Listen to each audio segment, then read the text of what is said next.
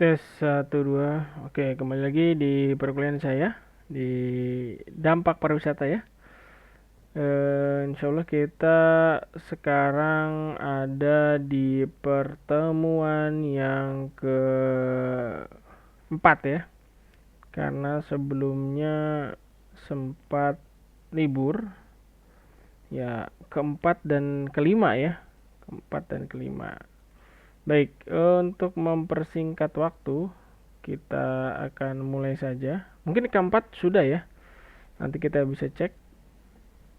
Yang sekarang kita kelima ya. Oke. Ini saya close dulu. Baik, langsung kita kembalikan ke awal. Sebentar. Ya, kalau tidak salah ya, yang keempat atau kelima ya, kita sudah ke arah ini ya. Kayaknya ada beberapa hitung-hitungan kalau tidak salah. Terus sempat terputus ya karena terlalu panjang durasinya. Oke, input output sudah ya. Ini CGE udah. Oke, ini untuk mengecek juga ya dampak ekonomi. Ada beberapa indikator yang menjadi magnitude ya. Ada the nature of the main facility and attractiveness to tourists. Ternyata fasilitas juga mempengaruhi. Ada intensitas dari pengeluaran wisatawan juga di destinasi juga mempengaruhi. Ada perkembangan atau level ekonomi di suatu destinasi juga mempengaruhi. Ada juga the size of economic base ya. Nah, ini kekuatan pasarnya kali ya. Oke, selanjutnya di yang kelima, the degree of interconnectivity between the economic sector of the nation in which tourist expenditure recalculate, including the ratio and the expenditure to the export of commodity. Nah, ini jadi antara ekspor dan impor juga mempengaruhi karena di sana ada yang kaitannya exchange rate ya, atau apa namanya, mata uang ya. Jadi kenapa orang luar suka ke negara-negara berkembang, karena mereka dengan bawa uang sedikit saja sudah bisa jalan-jalan ya. Berbeda dengan negara berkembang yang harus ke negara maju. The degree of which the destination has adjust to the seasonality of tourist demand. Oke, ini juga apa namanya? Apakah itu namanya peak season atau weekday, weekend, itu juga mempengaruhi seasonality. The type of pattern of travel arrangement purchased by the tourist. Ya, ini juga salah satunya. Ya, ini kayaknya sudah ya, kalau nggak salah ya. Ini karena lama ya. Saya akan coba update yang baru di sini ya. Saya ada data. Ini kita coba back. Oke, ini bisa back ya. Mengenai ekonomi yang sekarang ini menjadi hal yang menarik ya untuk diriset, yaitu ekonomi hijau, atau kalau yang di pesisir disebut dengan blue economy ya. Nah, ini saya mendapatkan report dari Sustainable Finance Outlook. Nah, coba kita akan bahas langsung dari sini ya. Ini 2023 ya, baru. Dan datanya dari 2022, biasanya seperti itu. Nah, oke, yang paling akan kita bahas sekarang ini ya. Jadi renewable energy investment realization, apa hubungannya dengan tourism, Pak? Ya, tourism itu salah satu sektor ya yang sangat terpengaruh oleh sektor-sektor yang lain, terutama di sini kaitannya dengan energi ya. Karena kalau tanpa energi wisatawan pun tidak bisa, mobilitasnya akan terganggu karena transportasi terganggu, energinya tidak mudah untuk didapatkan. Nah, di sini kita lihat dari 2017 dia kecenderungannya naik ya. Kalau kita lihat kecenderungannya dari segi rataan ini ya. Ini kita sedikit-sedikit belajar statistik ya. Ini rataannya naik ke atas ya. Oke, apalagi yang akan kita bahas? Kita selanjutnya, due to exorbitant cost, uncertainty in regulation, investor lack faith in renewable energy project. Nah, ini kita lihat langsung di grafik di sini ada annual global weighted average LCOE for solar PV, utility scale hydropower offshore. Wah, ini ya masih kaitannya dengan energi ya, yang menjadi salah satu indikator untuk apa namanya 5A ya 4A. Salah satunya kan accessibility ya, aksesibilitas untuk ke destinasi dan daya tarik. Ini kecenderungannya yang kuning ini solar foto apa ini LCO ya. Ya, ini secara global ya. Turun. Oke. Coba kita lihat lagi. Indonesia public budget is insufficient to reach to 23% renewable by 2025, requiring non-public funding. Nah, jadi kalau kita juga beralih ke kebijakan yang terbaru ya, tapi update terbaru katanya nggak jadi, bahwa yang ada trade tentang karbon ya, trade atau jual beli karbon itu, kalau tidak salah Indonesia tidak apa ya, tidak approve itu ya. Tapi nanti kita cek juga beritanya. Kalau itu sampai approve lumayan ya devisa yang didapatkan oleh Indonesia, karena di satu sisi penjualan karbon itu negara-negara berkembang dengan pabriknya mereka tidak memiliki banyak RTH, ruang terbuka hijau, dan mereka mengkompensasi hal tersebut ke negara-negara yang memiliki banyak RTH dan mungkin forest ya, hutan seperti Indonesia. Harusnya jika itu dijalankan, semangat untuk melakukan penghijauan atau penanaman pohon dan sebagainya itu meningkat karena ada support ya, terutama si support finansial. Ya, ini kita lihat juga adaptasi ya, National Budget for Climate Mitigation Adaptation dari sampai 2021. Nah, adaptasi di 2021 cukup besar ya. Coba kita baca juga state-nya di sini. Kita langsung ke poin-poinnya saja. Oke, ini biomass, ini masih tentang energi ya. At the regional level, our study analyzed 3 provinces with the highest fiscal budget except DKI Jakarta ya. Jawa Tengah ya, rank first in public budget spending for renewable energy development. Oke, ini Jawa Tengah ya, Jakarta dan Jawa Tengah. Lumayan ya, 11.7 billion, followed by Aceh ya. Selanjutnya ada Aceh, ada Jawa Timur. Bagaimanapun, the share of regional public budget spending for RE, nah, RE ini apa ya? Environment ya, R-nya saya lupa apa. In 2021 is still insignificant, less than 0.1% compared the total government budget of this province with the same year. Same year itu 33 trillion for East Java, and then 2007.3 trillion for Central Java and 16.7 trillion for Aceh. Oke, ini ada beberapa provinsi ya yang ikut berkontribusi untuk renewable energy ya, RE itu ya. Oke, get it. Lanjut, Indonesia Reliance of fossil fuel require the country to spend to 20.8% of its national budget for energy subsidy in 2022. Kita lihat dari tahun langsung di grafiknya.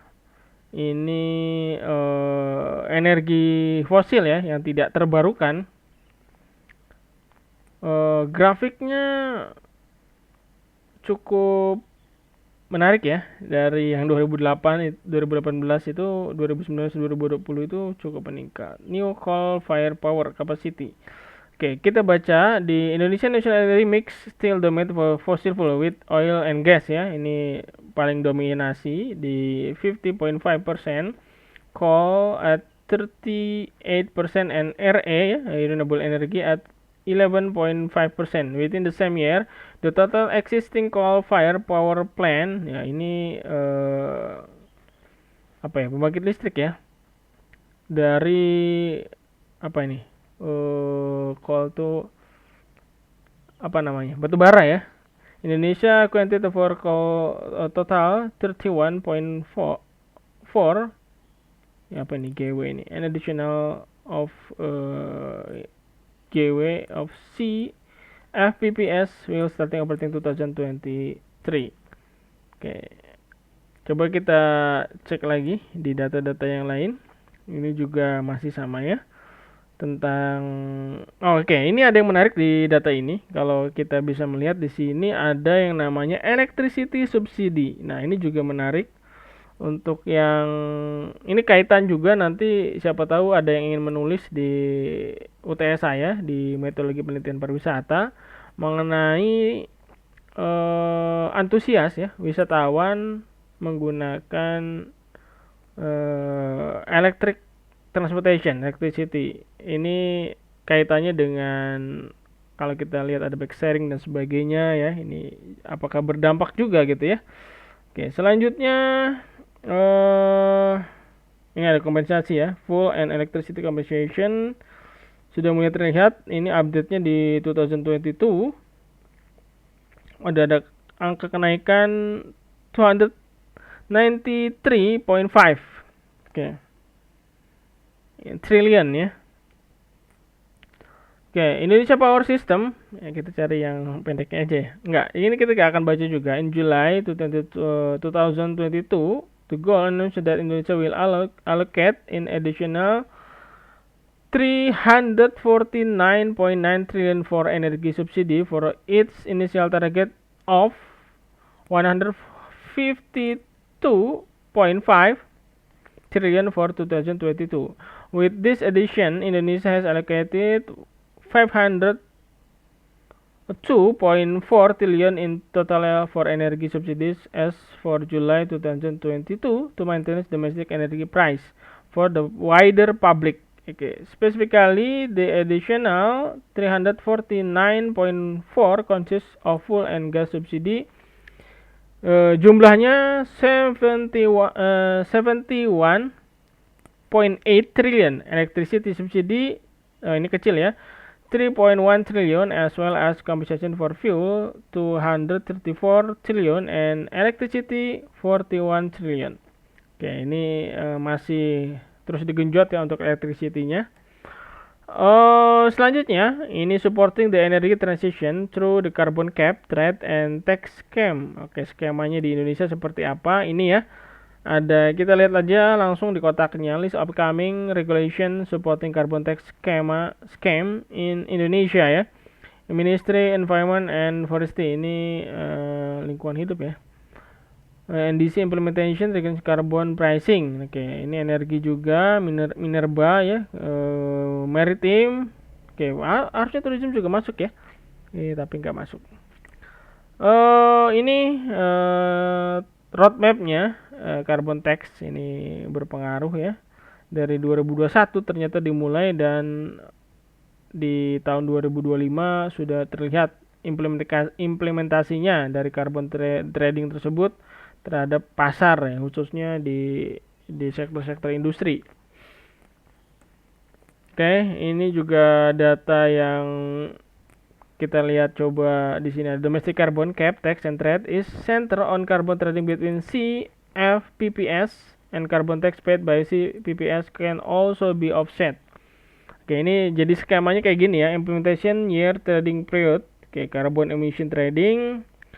Ini misalkan perusahaan ya, ini perusahaan A, ini perusahaan B ya. Ternyata di sini karbonnya belum nyampe ambang batas atau yang maksimal ya, maksimalnya. Jadi ini bisa dijual ke sini ya. Ya, jadi seperti itu carbon offset.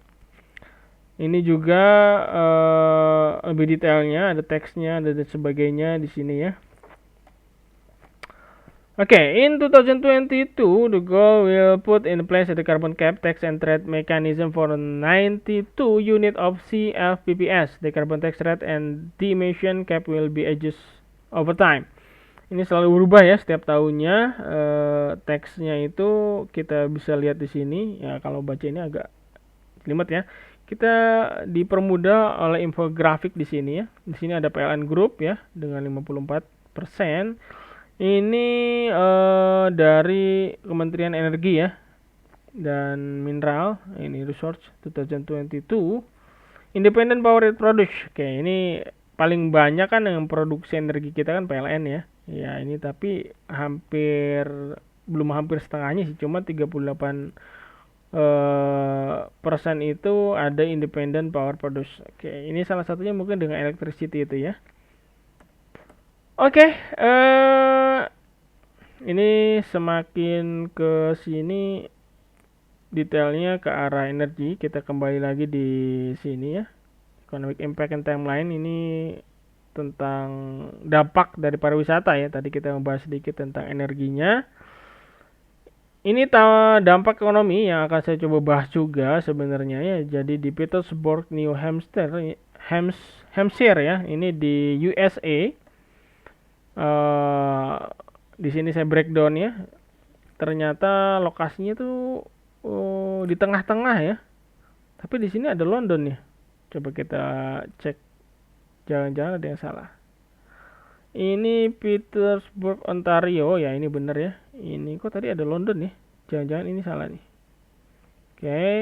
Method of research design in depth in unstructured interview were used to identify factors which affect resident opinion and perception on the existing tourism industry as well as their expectation and anxieties of increasing tourism development. Nah, ini mencoba mengetahui bagaimana tanggapan dari penduduk lokal mengenai perkembangan atau pengembangan pariwisata di sana ya. Ini ada beberapa sampelnya ya. Nah, di sini hasilnya langsung saja: perceived economic benefit, perceived social cost, social expectation, economic cost, economic expectation, social anxiety, perceived social benefit, economic anxiety. Nanti anxiety ini kaitannya dengan dampaknya ya. Misalnya dampak sosialnya tuh adakah pengaruh, ada penolakan mungkin ya karena ketimpangan cukup jauh atau seperti apa ya. Ini juga ekonomi juga sama, mungkin harga-harga jadi naik dengan adanya perkembangan pariwisata di sana gitu ya. Oke. Jadi ini tugasnya. Cari studi kasus terbaru mengenai dampak ekonomi pariwisata dari jurnal-jurnal pariwisata baik dalam dan luar negeri. Bentuknya file dalam dokumen X atau PDF dan satu bentuk PPTX untuk dipresentasikan ya, kayak saya tadi ini ya. Ini saya tahun berapa nih ya? Ini kayak ini salah nih, kok ada London nih. Toronto, Ottawa, Kingston, Niagara. Kok ada London di sini ya? Coba saya cek dulu di sini. Oke, yang ini salah ya. Mohon maaf nih, kayaknya peta yang sebelah sininya salah nih. Kenapa jadi ada London di sini? Tapi kayaknya bukan London Inggris kayaknya. Oke, nanti saya coba cek lagi. Ini saya ambil dari paper di 2009. Nanti mungkin yang paling baru masih banyak ya tentang dampak itu benar-benar banyak. Silakan dicari dan dibuatkan juga PPT-nya untuk dipresentasikan apa sih sebenarnya di review dari jurnal tersebut. Ini juga sebagai latihan untuk mata kuliah saya metodologi penelitian pariwisata. Baik, jika ada yang tanyakan nanti bisa di Google Classroom dan bisa di Telegram Group. Saya dengan ucapan hamdalah alhamdulillahirabbil alamin subhanakallah bihamdika asyhadu an la ilaha illa anta astaghfiruka wa atubu ilaik. Wassalamualaikum warahmatullahi wabarakatuh.